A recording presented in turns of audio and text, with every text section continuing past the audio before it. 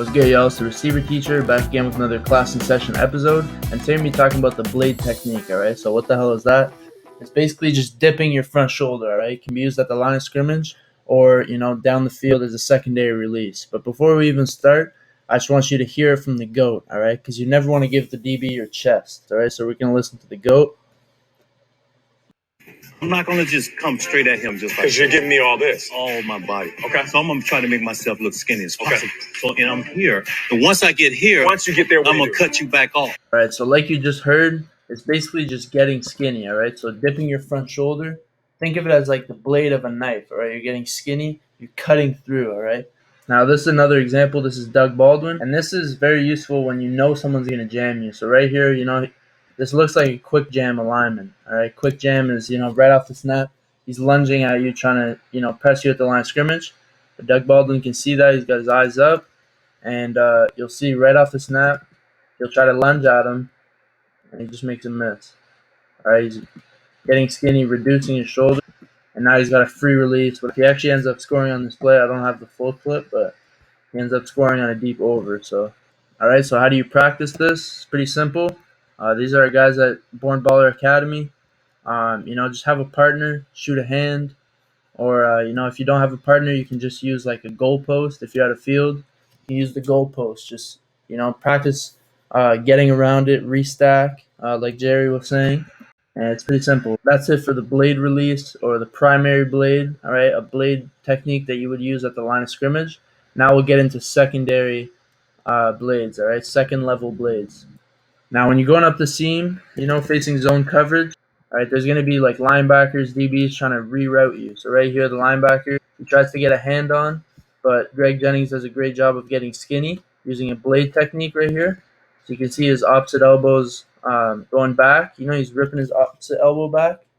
And now when the linebacker tries to get a hand on, he misses. All right, he doesn't get a clean shot.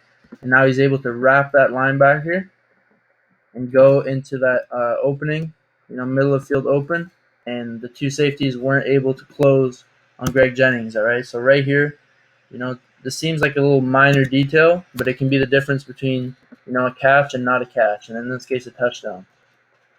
All right, we're gonna take a look at another example. I can't see the safeties, but this guy's low. So what does this look like? A cover three.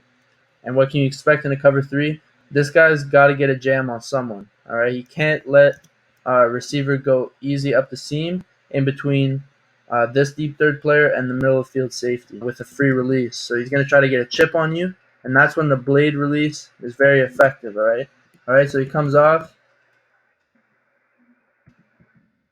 Boom, he misses. This guy's got to get to his flat responsibility, and the deep third player is right here. So he's able to just wrap this curl defender, all right, and get open for the seam. If he's right here and he keeps going, he can get covered by this deep third player, the corner, all right, and you don't want that. You want to put these two guys in a bind, all right.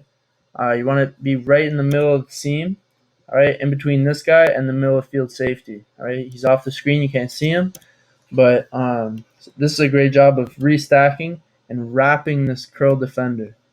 All right, so he does a great job getting back on his line, going up the seam. Now the QB can throw him, and he's able to make this catch through contact. Now again, we got some drills to practice the second level blades. All right, so it's pretty simple. It's the same sort of thing, but now you got a running start. All right, so he's running towards. Partner shoots a hand. Again, you can use a cone, you can use a goalpost, whatever you got, just make it work. And same thing, you're ripping the opposite elbow back, all right, dipping the front shoulder so the guy can't get clean contact, and then you're restacking, right? So he does a good job after restacking. Get back on your line, all right? You got to think, if it's a cover three and there's a corner right here, middle of field safety, all right, you can't drift too close to here, or else the corner can make a play. But you can't wrap too close, and then now this guy can make a play. All right, so it's got to be perfect on your line. That's why concepts are designed a certain way. All right, everything works if everyone does their job. All right, so that's it for today's video, the blade technique. I hope it made sense. If it did, please smash the like button. Make sure you subscribe if you're new. Leave a comment down below if you have any questions. I'll be sure to answer them. Make sure to follow us on Instagram, all platforms. All right, we're on all platforms now, posting the best receiver content, trying to make it as informative as possible. And yeah, thanks for the support we've been getting. Really appreciate it, and we're just gonna keep it going. All right, peace.